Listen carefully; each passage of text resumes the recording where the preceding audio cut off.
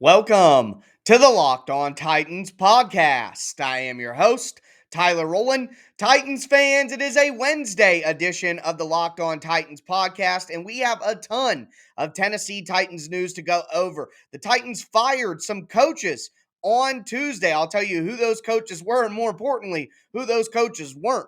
And then we are going to get into some free agent signings that the Tennessee Titans have made. The Titans have signed 13 players already. I know that may not make sense right now, but I'll tell you exactly what's going on and what these players mean for the Titans in the future. And then finally, we're going to take a look at some quotes from Mike Vrabel's end of the season press conference, some interesting things to say about the direction of the offense specifically moving forward. So all of that on a Wednesday edition of the Locked On Titans podcast. Let's get it. You are Locked On Titans, your daily Tennessee Titans podcast, part of the Locked On Podcast Network, your team every day.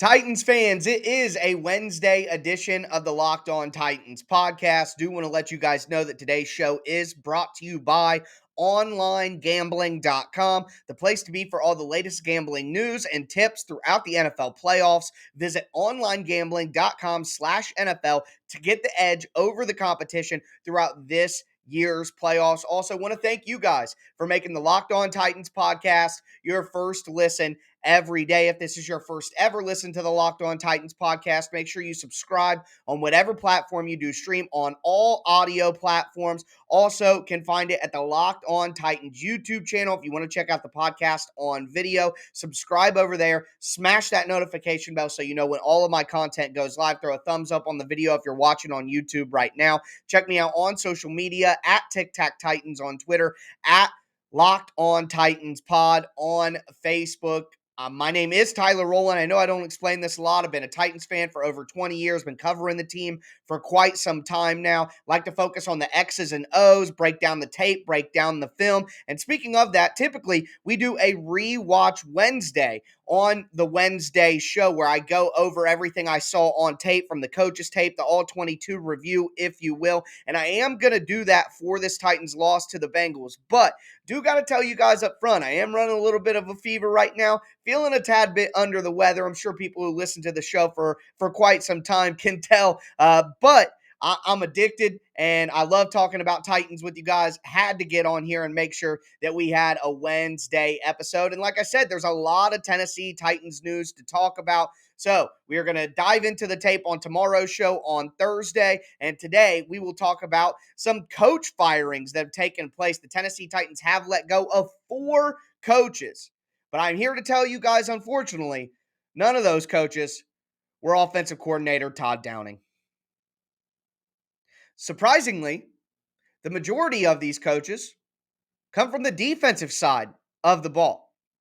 So let's start. The biggest firing of them all is inside linebacker coach Jim Haslett. Sorry about that. Inside linebacker coach Jim Haslett. Now, Jayon Brown did take a little bit of a step back. Rashaan Evans didn't develop anymore, but I thought Monty Rice looked pretty good when he was out there this year as a rookie. And the crowning jewel of all, David Long took a major step in his last 2 seasons with Jim Haslett as his inside linebacker coach. So, pretty confusing there. Now, I wasn't a big Haslett guy when he was fired. I didn't think he was anywhere near as good as the inside linebacker coach prior to him, Tyrone McKenzie. So that is something that I'm not 100% shocked at. But I thought with the progression of David Long, Haslett acquitted himself pretty well. But it's hard to judge assistant coaches. We see the play calls of offensive coordinators. But you don't know exactly what a coach is doing one-on-one with his players in practice. All you can really do is check the development of those players in that position group out on the field. And while I was impressed with what David Long did this year, not very impressed with Rashaan Evans. He was a healthy scratch at the end of the year, only played 3 snaps in the last game he was in. Jayon Brown definitely took a step back. I remember him struggling to cover Mark Ingram in man coverage and just thinking, what's really going on here? So a surprise, but without being in the building, it's hard to really put any kind of indictment or any real criticism on any of the assistant coaches. But moving on from inside linebacker coach Jim Haslett, Kenichi Udeze was the assistant defensive line coach for the Titans. He had just got on this year to actually be an assistant coach. So unfortunate for a young guy trying to make his way in the NFL to get the boot this early into his career. And, like I said, we can't really know with the assistant coaches, but the Titans defensive line looked pretty good this year to me. So kind of tough pill to swallow, I'm sure, for you, DZ. Matt Edwards, the assistant special teams coach. The Titans special teams unit has not been good any season under Mike Vrabel as a total unit. And it's just strange to me that Craig Ackerman, the actual special teams coach, survived these firings, but his assistant got let go. That's interesting to me. And then Mondre Gee, the assistant strength and conditioning coach. Now, this makes a little bit of sense to me with all the injuries that the Titans have experienced throughout this year. You had to think some changes were going to be made with the medical staff, with strength and conditioning, those sorts of areas. So not a huge surprise to see this, but again, just the assistant strength and conditioning coach. So seems like the assistants are really taking the brunt of the aggression from the Titans here. But again, no firings on the offensive side of the ball, which has been the side of the ball that's let the Titans down in the playoffs 2 years in a row. So that's very interesting to see, but that leaves a lot of spots to be filled, and I'll make sure to break down who fills those spots whenever the Titans do make those decisions. And this doesn't mean that Todd Downing won't be fired, but when we combine this with some quotes from Mike Vrabel that I'm going to read later in the episode, doesn't give me a lot of optimism, as I kind of intimated in yesterday's podcast. But we're going to move forward, talk about some signings. The Titans have signed some free agents, 13 in total, 11 of those coming on Monday. I'll tell you who they are and what these free agent signings mean. Before we get into that, though, do want to tell you guys a little bit more about our title sponsor, OnlineGambling.com. My Super Bowl prediction, out the window after this weekend. I had Green Bay and Kansas City. While Kansas City is still in it, Green Bay obviously isn't. I'm going to go with Kansas City and Los Angeles. The Rams, I think that is going to be the Super Bowl, and that would be my pick if I had to make a bet. And I would go to onlinegambling.com to see what they had to say about that, because they have their OG tips. It's an article they have on their website. It basically gives you their picks before you go make yours. So we're all looking for an edge these days. I'd like to thank onlinegambling.com for sponsoring today's podcast. If you don't know, onlinegambling.com is a website dedicated to giving bettors the edge that they need throughout the playoffs. They're providing you with the best NFL tips, news, and more to help you make the most informed bets ever. If you're planning on placing a bet during the playoffs, make sure that you head to onlinegambling.com before you do. Onlinegambling.com is going to give you that edge you need by giving you the best and most trusted experience online all day, every day. Make sure you visit onlinegambling.com/NFL for the latest gambling news, tips, and odds to give you the edge you need throughout the playoffs. Remember, that's onlinegambling.com/NFL to make the most of this year's playoffs.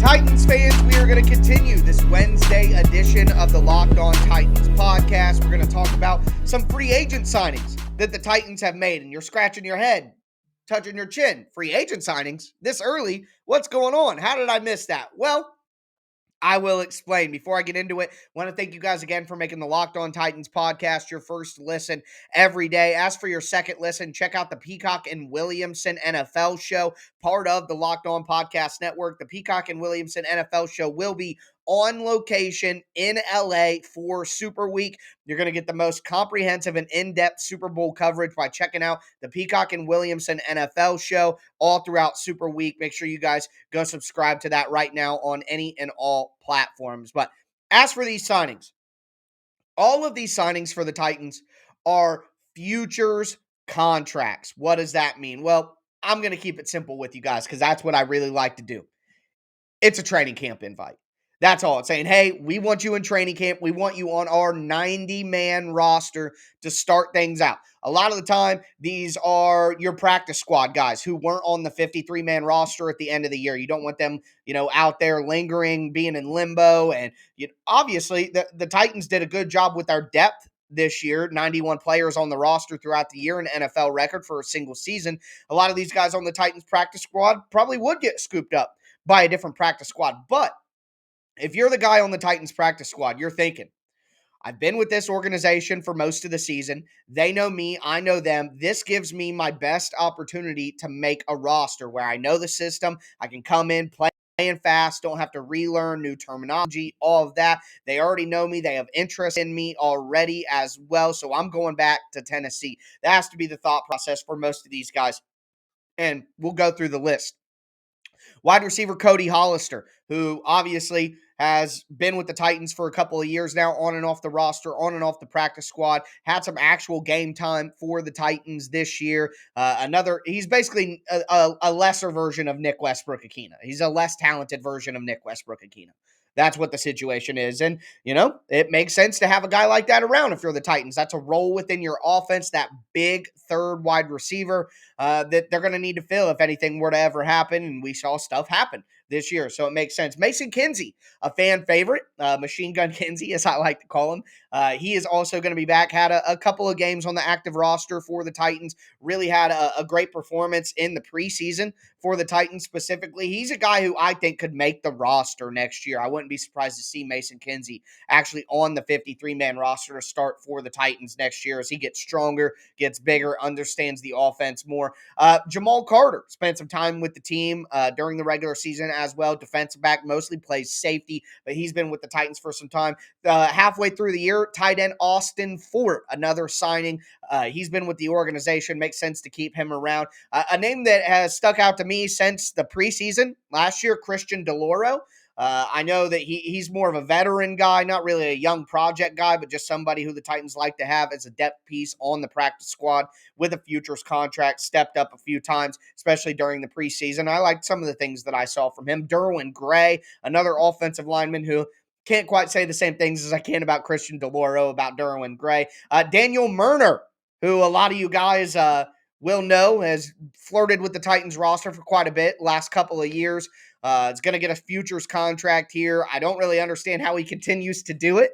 I guess just system knowledge and comfortability is pushing him through. Every year, I deem a roster pirate, somebody who I can't believe continues to stay with the organization despite what we see from them on the field. And it was David Fluellen my first year, Jeremy McNichols now, and Jeremy McNichols in the second year. And the one I'm dedicating this time is Daniel Murner. I don't understand how he continues to do it. Jordan Roos, another offensive lineman.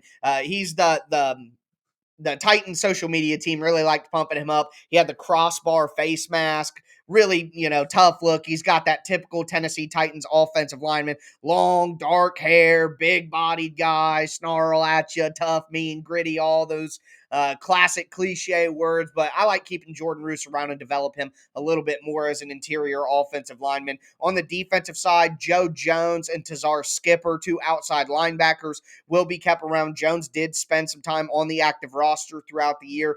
Kevin Hogan, who was the Titans' third quarterback most of the season, he will stick around on a futures contract. Those are the 11 guys that were signed on Monday. Now, if you recall, a couple of weeks ago, the Titans signed some futures contracts. It was defensive lineman Kobe Jones and defensive back Chris Williamson. So right now, that's 13 players that the Titans have signed to future contracts. And again, just to reiterate, a futures contract simply means you're invited to training camp and invited to be on the 90-man roster. So with that being said, we are going to move forward into some quotes that we got from Mike Vrabel in the season-ending press conference. And I don't know, some of them just don't sit really well with me.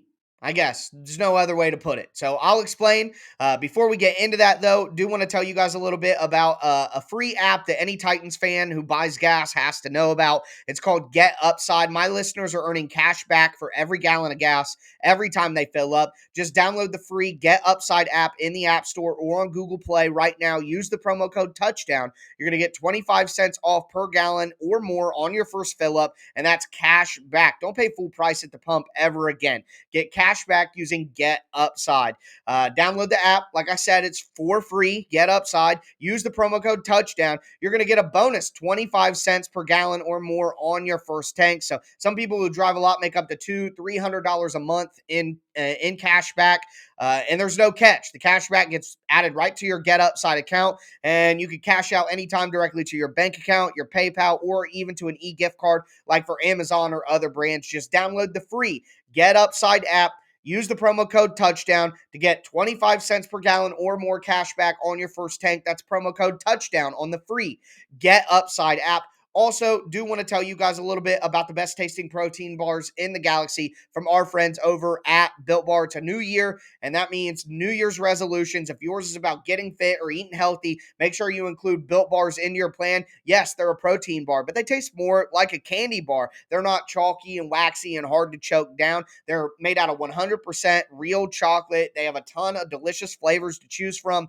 I just had the Ruby Cheesecake bar last night because I was looking for a little bit of a sweet something after dinner. But, it's New Year's, trying to get a little bit healthier, trying to eat better, and having a Built Bar that kind of hits that note for you as a candy bar, as a sweet treat, but knowing that it has low calories, low sugar, high protein, high fiber. It just removes any guilt that you may have from eating a treat like a Built Bar. So healthy for you, great taste, everything that you need on your fitness journey. Make sure you go to built.com. Use the promo code LOCKED15. You're going to get 15% off your order. Once again, that's promo code LOCKED15 for 15% off at built.com.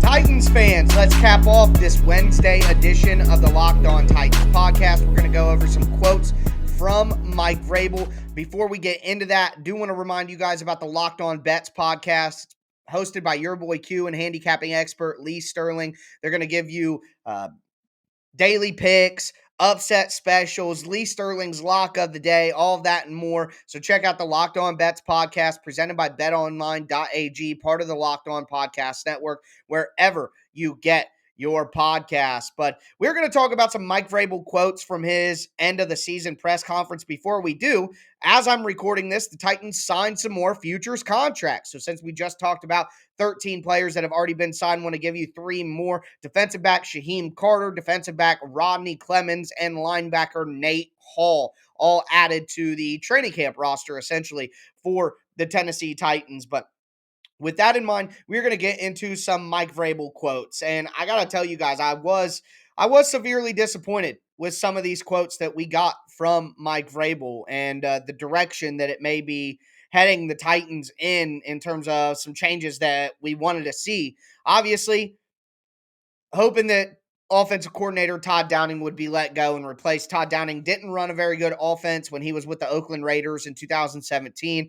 The Titans offense really took a step back this year, and I know that there were injuries and there were personnel issues, but as an offensive play caller, those are the type of things that you have to be able to work around and get the best out of your guys, and that clearly didn't happen. Ryan Tannehill was a much less of a player this year, much less efficient, much less comfortable. The pass protection was nowhere near as good, almost double the sacks the Titans allowed from 2020 to 2021, and you could put that on the offensive line, but there was only one new starter, and that was at right tackle. And Questenberry didn't play a great season, but he was an outright disaster all the time. So, a lot of those protection things come down to what the coaching staff is installing throughout the week to deal with the pressure that the opposite team is going to take. We saw the Tennessee Titans in the playoffs with a full complement of weapons. Ryan Tannehill still throwing 3 interceptions, not getting easy looks that need to be there for Ryan Tannehill to be successful. Also, on that RPO interception that Ryan Tannehill tried to throw to Chester Rogers, I mean, that's just a disasterly play call, not to mention the 3rd and 4th down play calls that we saw earlier or later in the game on the turnover on downs. So I don't think anybody's happy with Todd Downing except Mike Vrabel. So here's some quotes from Mike Vrabel talking about offensive coordinator Todd Downing that really stuck out to me. Vrabel said, Todd Downing does a great job. He's a great coach, and I think he's a hard worker. There's always going to be calls you'd like to have back. There's plays that you'd like to have back. But I love the relationship Todd has with the assistant coaches and the players, and we'll all continue to improve. He's a great coach. Now, I'm not going to say he's not a hard worker. That's definitely possible, but just one counter I would have. The Titans only scored points on 3 of their opening possessions in the 18 games that they played. 3 times. One of those was a field goal, only 2 were touchdowns. I'm sorry, that just doesn't happen if you have a good plan going into the game. It just doesn't. So, all of the success that we saw from the Titans offense most of the year was after the team was able to adjust to what the defense was going first. The Titans never go out there and punch first on offense. They get punched in the mouth and then they adjust.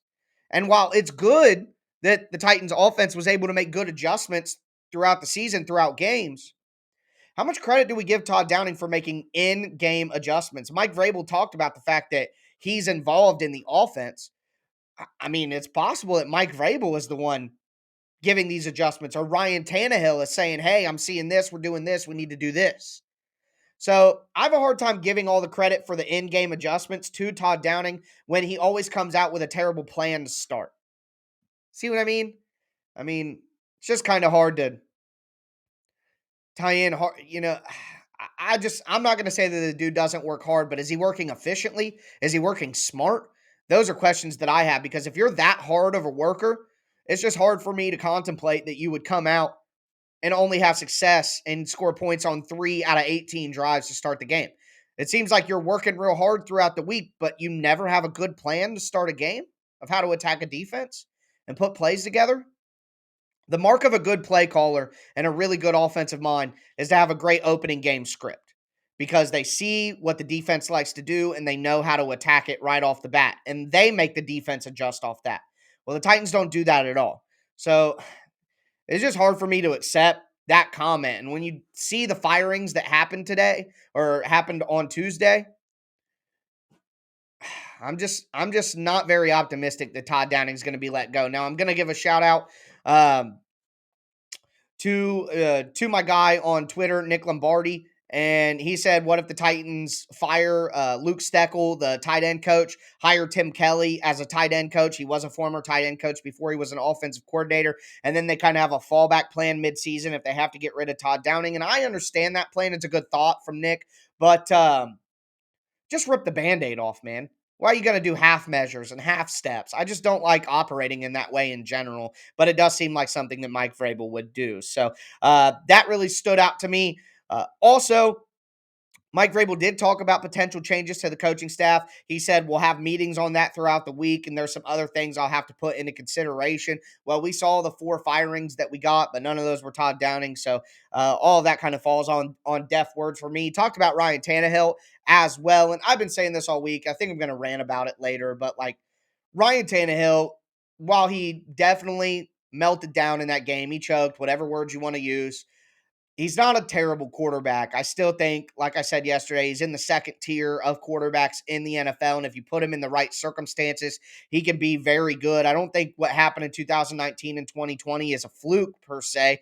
I just think he was put in better positions by a better offensive coach in Arthur Smith. Now, can you win a Super Bowl with Ryan Tannehill? Even with that being true, I lean to no at this moment in time, because even with Arthur Smith, Ryan Tannehill threw a game-losing interception in 2020 against the Ravens. So I don't really think you can trust Ryan Tannehill to win you a Super Bowl, but you could definitely get better play out of him, and that at least gives you a chance. But everybody opining for Ryan Tannehill to be gone, you're just not going to get your wish. It doesn't make any sense for a team to trade for him with all the money they'd have to take on. It doesn't make sense for the Titans to cut him. That's absolutely never going to happen because of all the dead cap. I wouldn't want that to happen anyway, because who's going to replace Ryan Tannehill?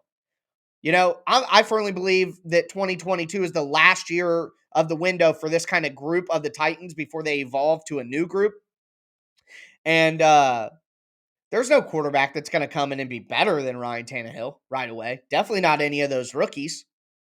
And if the Titans think it's one of those rookies, then trade up in the first round and go get him and have him play with Ryan Tannehill. So either way, it just doesn't make sense. But here's what Vrabel had to say about Ryan Tannehill. He said he has elite toughness. We have to be great around him. I'm going to stop the quote right there. We have to be great around him. The margin of error when you have a quarterback like Ryan Tannehill is so thin. The coaching has to be great. The offensive line has to be great. The weapons have to be great. The defense has to be great. The special teams have to be great.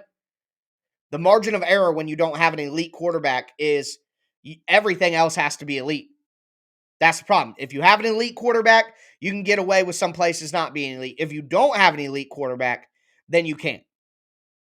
So we have to be great around him. You're right, Mike. You have to be great around him. It makes it hard to build a championship team that way. But to continue the quote, but he has shown signs of accuracy, of decision making, the ability to extend plays, and to scramble, and leadership. Those are all things that you look for in a quarterback, and Ryan has shown us that. Unfortunately, we turned over the ball on Saturday. Well, he's right. He's right. They did turn over the ball on Saturday, but he's also right. Ryan Tannehill has shown all of those traits. And that goes back to what I was saying before. Ryan Tannehill is not awful, guys. Ryan Tannehill is not terrible. He's just a little bit better than average. And when you have a little bit better than average and not an elite quarterback, excuse me, everything else has to be elite around him. Everything. And, you know, I would say everything was elite around Ryan Tannehill on Saturday except the play calling. So if you can't change Ryan Tannehill, then you have to change the play calling in hopes that you could get some elite play calling because you're not going to get it from Todd. And I'm kind of sad by those quotes. And one thing I also want to point out, I don't have the exact quote with me, but after the game, Mike Vrabel talked about sacks being overrated and they have to force more turnovers. And like, I get he was mad, but that's just so unrealistic. I just can't believe that Mike Vrabel would say that out loud in public. Like, well, I guess sacks aren't that great and we got to get turnovers. Like, to really put it on the defense. Yeah, the problem in that game and the problem with the Titans this year was we didn't force enough turnovers. How about turning it over less? I mean, is that not an option? I can't believe Mike Vrabel's putting more emphasis on the Titans' defense like they had to be better. It just makes me mad for the defensive guys. I would be so pissed hearing that from my head coach. Oh, the sacks aren't that great. We need to force turnovers. Man, get out of here. Tell that quarterback and the offensive play caller to quit blowing it while we get a playoff record 9 sacks. And we got a turnover. Oh, man. Grinds my gears, I guess, to say it least. But thank you guys all so much for making it through with me. I know that the loyal listeners who've been listening for a while will understand where I'm at right now. But again, I can never leave you guys without a podcast to step to each day. I promise Monday through Friday content, and that is what I'm going to deliver. So thank you guys all so much. Subscribe on whatever platform you do stream. That's going to do it for me today, though, folks. As always, I am your host, Tyler Rowland, and this was Locked On Titans.